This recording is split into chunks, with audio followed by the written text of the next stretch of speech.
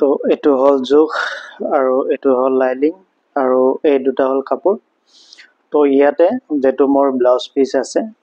এই যেটো blouse piece এই পিসটো দি তো এইটো কাৰণে কি হয় এই যেখিনি এক্সট্ৰা কাপোৰ এইখিনি দি হ'ব বডি পাৰ্ট আৰু এইখিনি দি হ'ব স্লিভস যদি ব্যাক পাৰ্টটো হয় তেনহলে ব্যাক পাৰ্টটো বনাম তো এই দুটা কাপোৰেদি আজিৰ এই ব্লাউজটো বনোৱা হ'ব তো এই ব্লাউজটোৰ কাটিং আৰু সিলাই গটেইখিনি আপোনালোকৰ লগত শেয়াৰ কৰিম আৰু যদি মোৰ ইউটিউব চেনেলত চাই আছে তেনহলে প্লিজ চেনেলটো সাবস্ক্ৰাইব কৰি দিও আৰু যদি ফেসবুক পেজত চাই আছে তেনহলে প্লিজ পেজটো ফলো কৰি দিব তো এইখিনি মই সাইডত ৰাখো প্ৰথম অৱস্থাতে কি কৰিম এই যেটো লাইনিং আছে লাইনিংটো মই অলপমান প্ৰেছ মাৰি লম তো কাপোৰটো আমি প্ৰেছ মাৰি থৈ পেলাই এতিয়া আমি কি কৰিম এই যেটো আমাৰ জোখৰ ব্লাউজ আছে ইয়াৰে জোখটো ল'ব লাগিব তো প্ৰথম অৱস্থাতে কি কৰিম আমি ব্লাউজটোৰ যেটো ব্যাক পাৰ্ট আছে সেই ব্যাক পাৰ্টটো কে ইঞ্চি আছে হেতু দীঘলটো লম তো এটো শোল্ডাৰৰ পৰা ব্লাউজটোৰ যেটো দীঘল আছে ব্যাক পাৰ্টৰ এটো 16 হাফ আছে তেনক এটা কাগজ লম কাগজত লৈ পেলাই এক সাইডত আমি লিখি লম 16 হাফ লেন্থ তাৰ পাছত এনেৱাকে পাৰি লৈ ইয়াৰ যেটো বডিটো লম তো বডি আহি আছে 23 হলে কিমান আহি আছে 46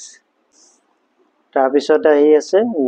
ওয়েস্ট আহি আছে কিমান 19 হলে কিমান আহি আছে 38 তো এতিয়া আমি জুখিম ইয়াৰে শোল্ডাৰ তো এনেৱাকে পাৰি লৈ ইয়াৰে শোল্ডাৰটো আছে কিমান 14 হাফ তাৰ পাছত জুখিম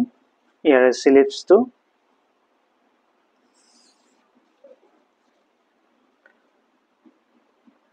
তো স্লিভসৰ দীঘল আছে 23 হাফ তাৰ পাছত ইয়াৰ কাফটো জুখিম 4 আহি আছে 4 হলে 8 ইঞ্চি হ'ব এই ব্লাউজটোৰ সন্মুখৰ গলটোৰ ডিপ কিমান আছে 8 ইঞ্চি আছে আৰু 6 আছে ব্যাক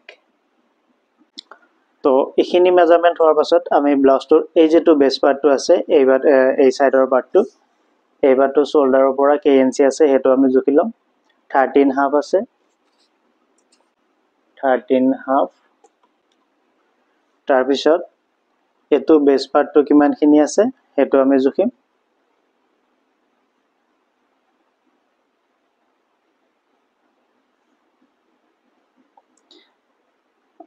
8 হাফ আছে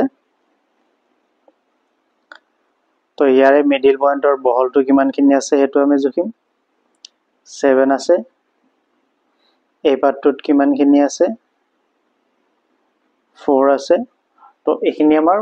ফ্ৰন্ট পাৰ্টৰ এই পাৰ্টখিনি আমাৰ মেজাৰমেন্ট কৰিব লগিয়া হয় তাৰ পিছতে এই তলৰ পাৰ্টটো আমাৰ এই সাইডত কিমানখিনি আছে 4 ইঞ্চি আছে এই সাইডত কিমান আছে 3 ইঞ্চি আছে তেনকৈ প্ৰত্যেকটো পাৰ্ট আমাৰ ব্লাউজৰ মেজাৰমেন্ট কৰিব লগা হয় যেতিয়া আমাক জোখৰ কাৰণে ব্লাউজ দিয়ে ঠিক আছে তো এটো মই এতিয়া সাইডত ৰাখো